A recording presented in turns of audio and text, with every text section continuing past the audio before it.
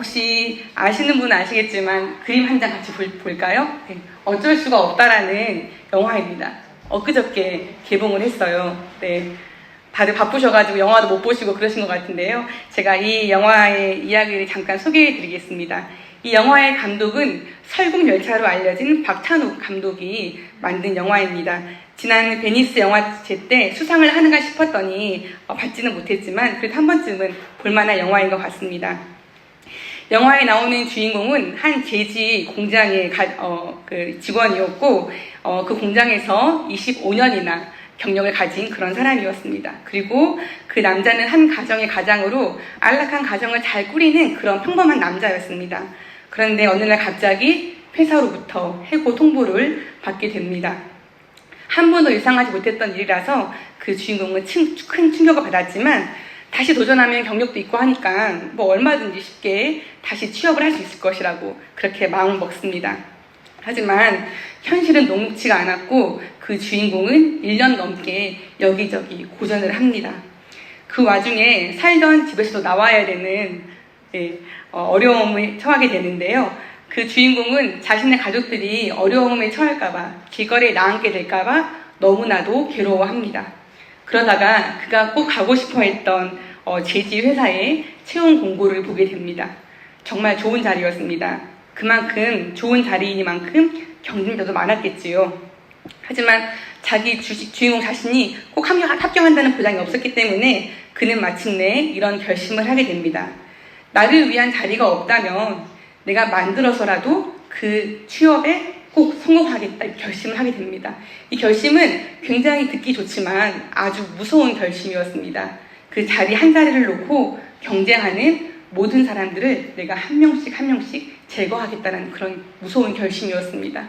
정말 제거는 정말 죽이겠다는 그런 결심을 한 거예요. 이 주인공이 그 영화에서 너무 끔찍한 결심이긴 하지만 그래서 그는 그때부터 경쟁자들의 정보를 하나둘씩 입수를 해서 한 명씩 제거하기 시작합니다. 그럴 때마다 그 양심의 가책이 이렇게 불쑥불쑥 생겼지만 그는 그때마다 혼자서 이렇게 되뇌이는 거예요. 어쩔 수가 없다. 이렇게 되뇌입니다. 자기 가족이 안정된 생활을 계속 유지하려면 어쩔 수가 없이 자기는 이 나쁜 짓을 계속 해야 된다라고 스스로 합리화를 시키는 것입니다. 그래서 이 영화의 결론은 어떻게 될까요? 네, 저도 안 봐가지고 모릅니다. 여러분들 꼭 보시면 좋겠고, 저도 예고를 보고, 이만 보고 이렇게 말씀을 드리는데요. 그 주인공 입장에서 보면은 좀 안타까워요. 얼마나 절박했으면 이렇게 좋지 않은 결심까지 했을까. 그래서 그것을 실행에 옮길까. 참 안타까운데, 또 한편으로는 이런 질문이 생깁니다. 정말 어쩔 수가 없었을까? 또 다른 방법 없었을까? 왜 없었겠습니까? 여러 가지가 있죠. 꼭 그 자리가 아니더라도 다른 직장을 찾아볼 수도 있었을 거고 아니면 자신이 더 열심히 노력해서 당당히 합격을 할 수 있는 방법도 있었을 것입니다. 그가 그렇게 할 수밖에 없었던 이유가 아무리 가족을 위한 선한 목적이라도 할지라도 과정까지 합리화되어서는 안 되었겠지요. 오늘 함께 읽은 본문의 주인공 사울도 이런 말을 자주 했습니다. 어쩔 수가 없다. 앞선 사무엘상 13장을 보면은 블레셋 군대 앞에서 두려움이 생기자 사울은 선지자인 사무엘을 기다리지 않고 어쩔 수가 없다면서 자신이 직접 번제를 드립니다. 그리고 뒤이어서 15장에서는 아말렉을 진멸하라고 하나님이 분명히 말씀하셨는데 사울은 그때에도 아각 왕과 가장 좋은 것을 남겨두었습니다. 하나님께 드리기 위해서 어쩔 수 없었다라는 변명과 함께 말입니다. 하지만 하나님은 그 사울의 중심을 꿰뚫어 보셨고 이때 하나님은 사울을 그냥 버리십니다. 하나님이 사울을 왕으로 세우신 것을 후회하시게 되셨습니다. 그리고 몇 년이 흐른 뒤에 블레셋과의 전쟁에서 다윗이 골리앗을 물리치고 돌아오자 여인들이 기뻐하면서 사울이 죽인 자는 천천히요 다윗이 죽은 자는 만만히로다 이렇게 외쳤을 때 노래를 불렀을 때 사울은 그 노래를 듣고 분노하면서 그때부터 다윗을 죽이기로 결정을 합니다. 그때에도 사울은 어쩔 수가 없다라면서 자신의 그 열등감을 합리화합니다.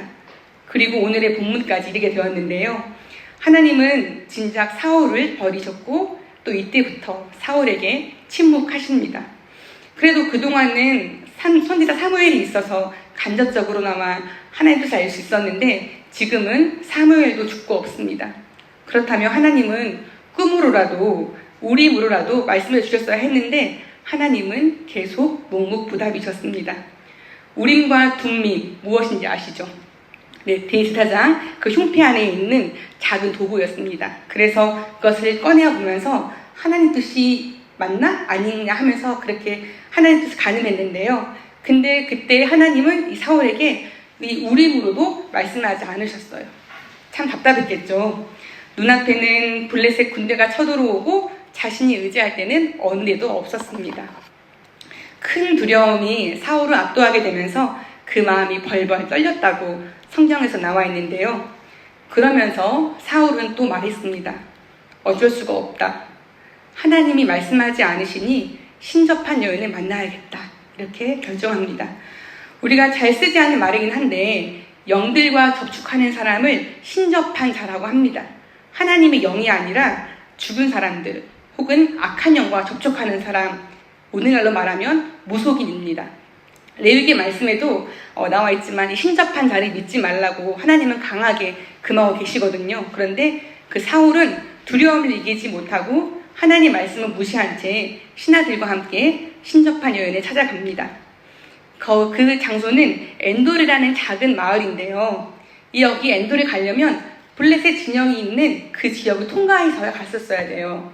16km 올라갔었어야 되는데 적군에게 들키면 안 되기도 했지만 또 왕의 입장에서 가난한 사람들이나 믿는 무속인을 간다는 게 굉장히 부끄러웠겠죠. 그래서 사울은 왕이 아닌 것처럼 자신이 아닌 것처럼 변장을 하고 그것도 깜깜한 밤에 그렇게 신접한 여인에게 찾아갑니다. 가서는 그 여인에게 부탁을 했는데 죽은 사무엘의 영을 불러달라고 요청을 하는 거예요. 그러자 신접한 여인은 사무엘의 영을 불러 올리기 시작했는데 여러분 상상하면 좀 무서울 수 있어요. 죽은 자의 영이 이렇게 올라온다는 게 상상하면 참 어려운데요. 실제로 뭔가 어떤 형체가 막 올라오는 거예요. 그 신접한 여인이 그 사무엘의 영을 부르자 이것을 본 여인은 깜짝 놀랍니다.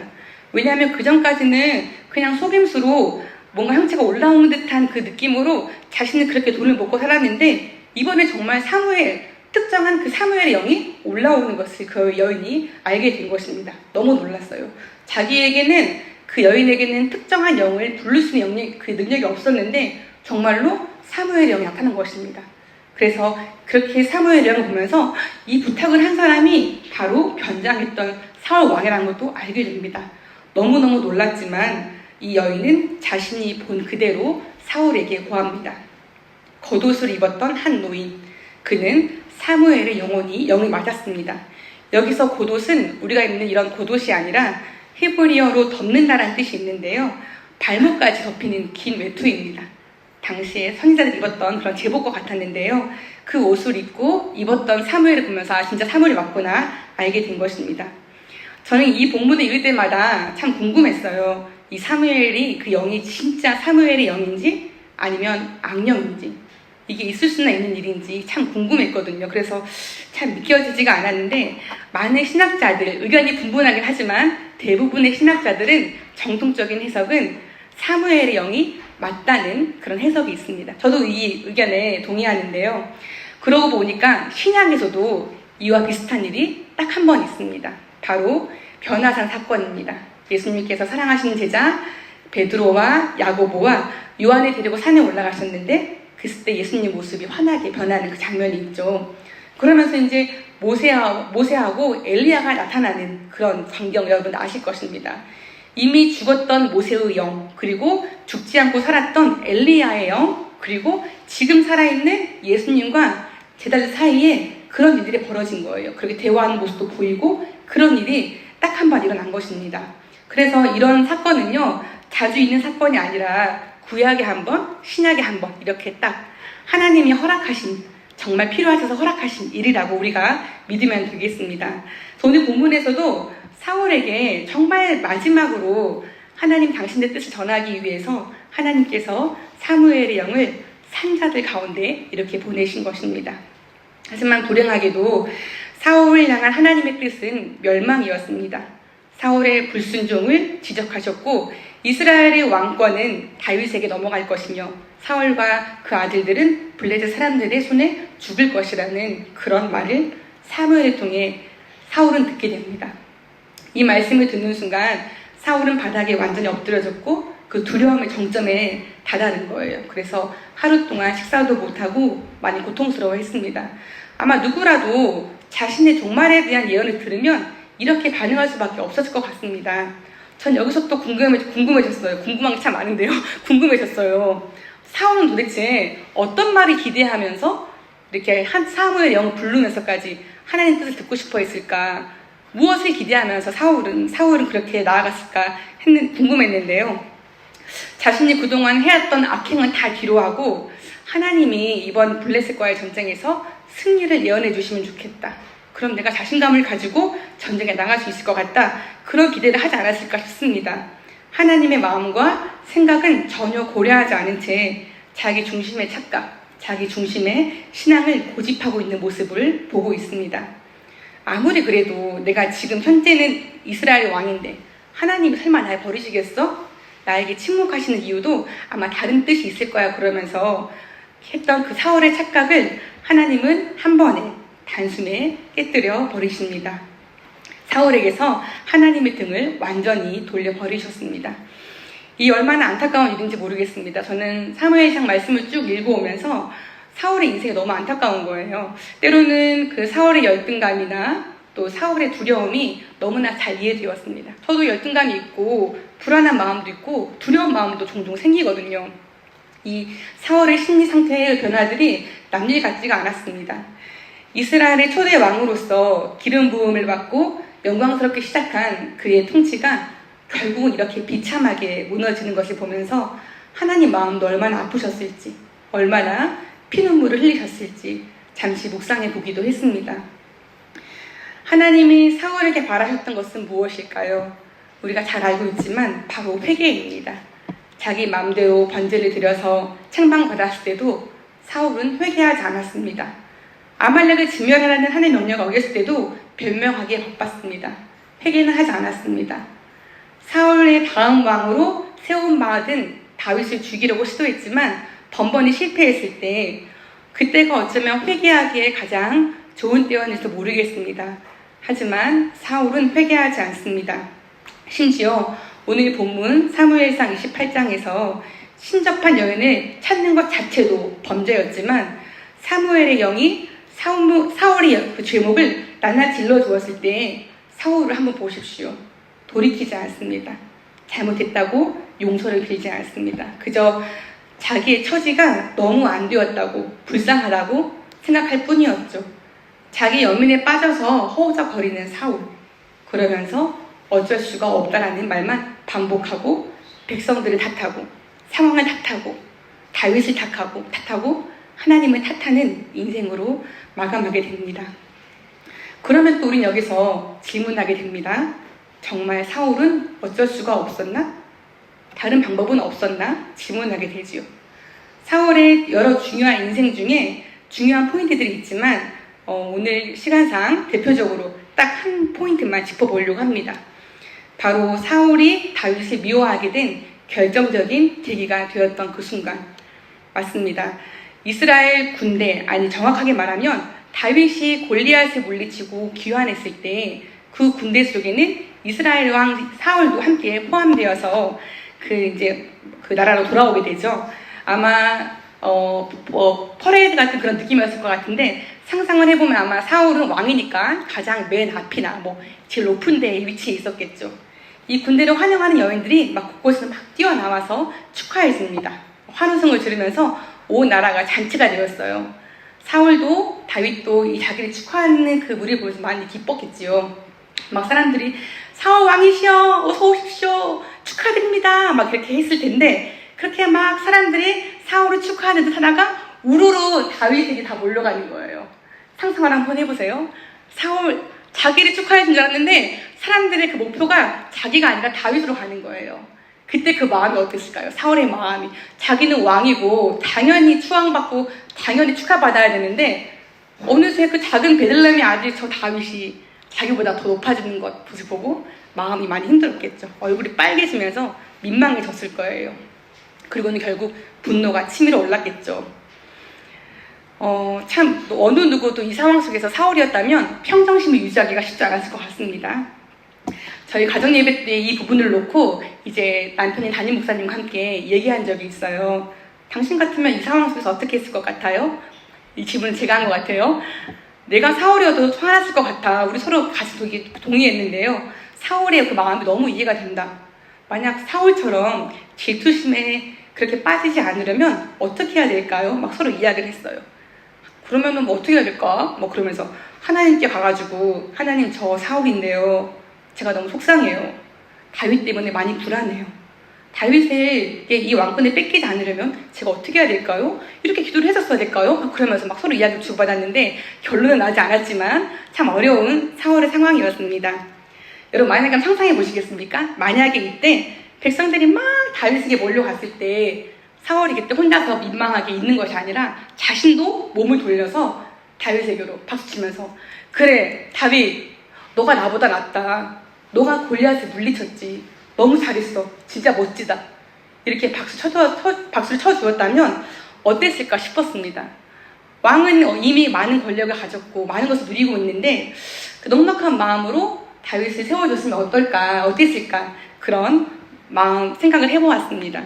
하지만 당시 사울은 앞에 일어난 여러 가지 일들로 인해서 하나님께 버림을 받은 상황이었고 또 극한 불안과 두려움을 가지고 있었기 때문에 네 좋습니다. 자신이 할 수 있는 대로 남아있는 권력의 끈앞풀이라도 꼭 잡고 싶었습니다. 그래서 다윗과 자신이 비교하는 여인들 노랫소리에 그만 이성을 잃어버리고 그때부터는 자멸하는 그 길로 폭주를 하고 만 것이지요. 저 여인들이 나를 도발했어.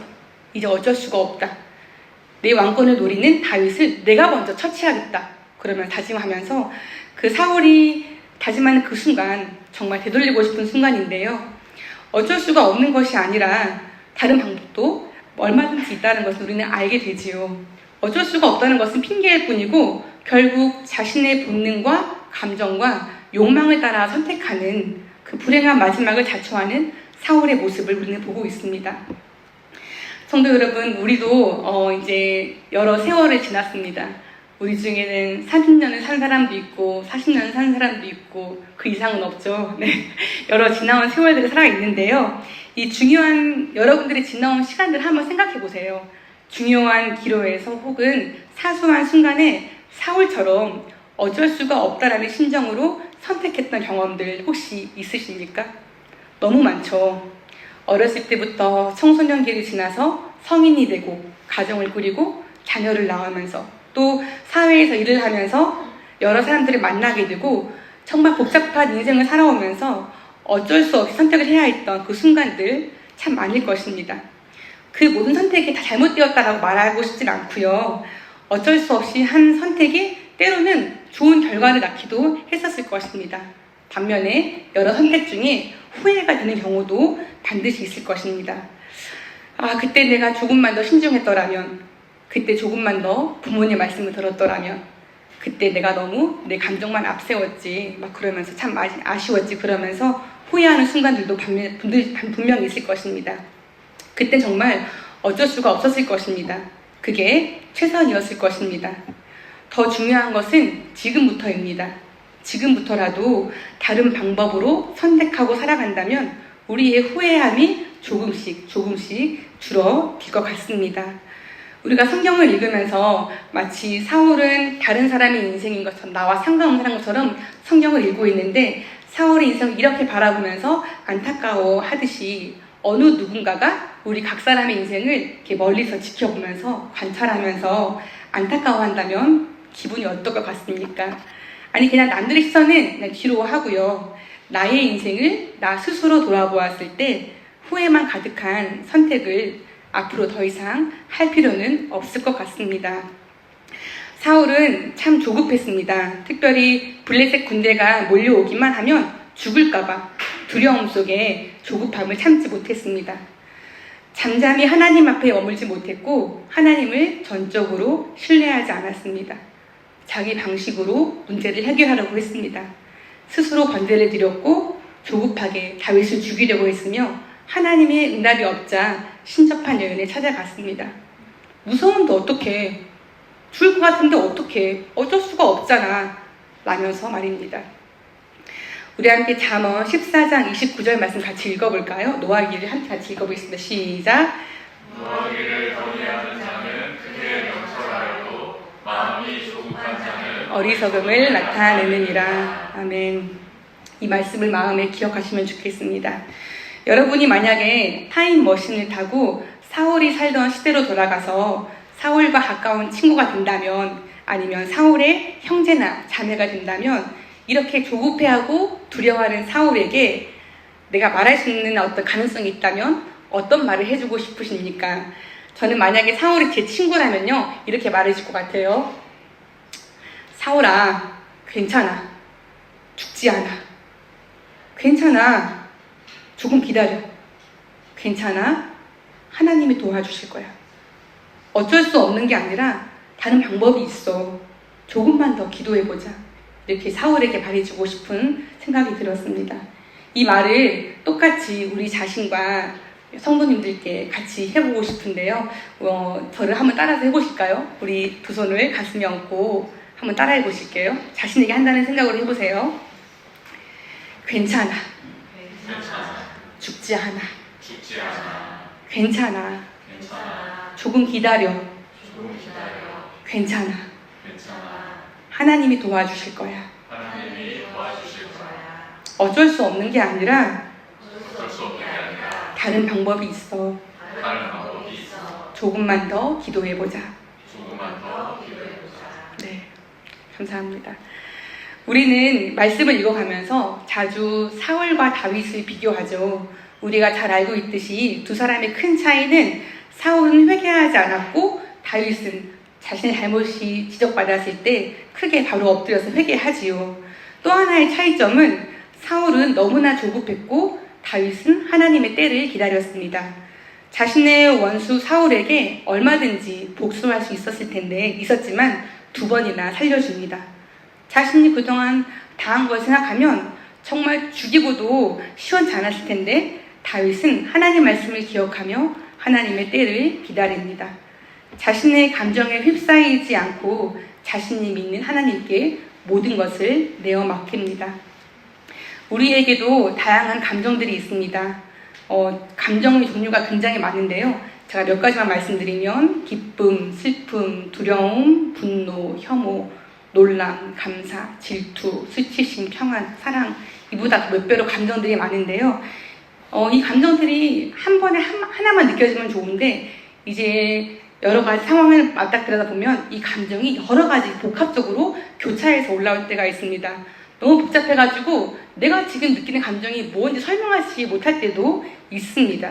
그런데 이런 복잡한 감정들, 설명이라는 그런 감정들에 너무 몰입이 되어서 계속 부정적인 생각이 들고 누가 봐도 옳지 않은 선택을 하고만 싶을 때, 분명히 이거 선택하면 후회할 것 같은 그런 생각이 들 때, 그때에는 차라리 아무것도 하지 않는 것이 좋을지도 모르겠습니다. 그저 잠잠히 하나님 앞에 머무르는 것, 그것이 우리가 할 수 있는 가장 적극적인 선택이요 행동이 될 것입니다. 예수님이 그러셨습니다. 십자가 죽음을 앞두고 얼마나 많은 슬픔과 우울과 또 분노와 후회한 마음이 드셨을지 모르겠습니다. 오죽하면 땀방울이 핏방울이 되도록 그렇게 간절한 기도를 드리셨지요. 이 고난의 잔을 가능하시면 옮겨달라고 자신의 두려움을 하나님께 토로하셨지만 결국 예수님은 아무것도 하지 못하셨고 인간적인 눈으로 볼 때 정말 약하디 약한 모습으로 정말 바보처럼 그렇게 병정들에게 끌려가셨습니다.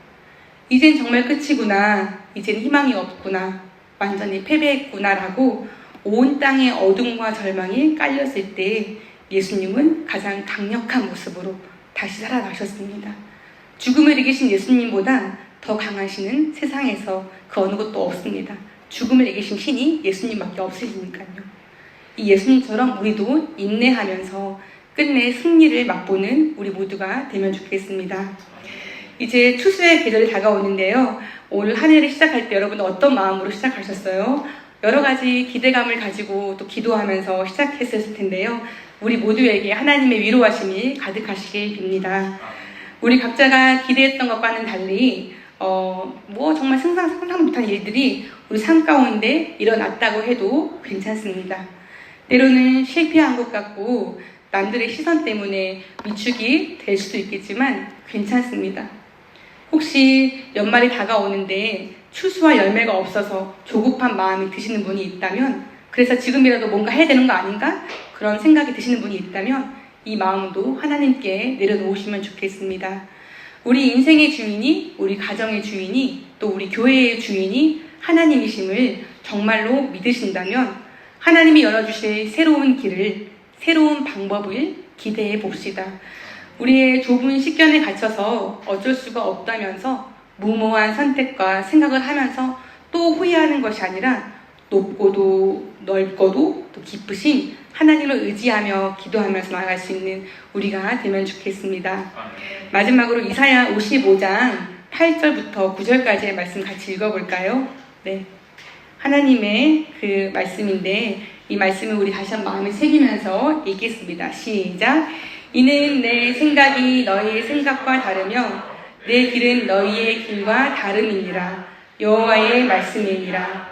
이는 하늘이 땅보다 높음같이 내 길은 너희의 길보다 높으며 내 생각은 너희의 생각보다 높음이니라. 아멘.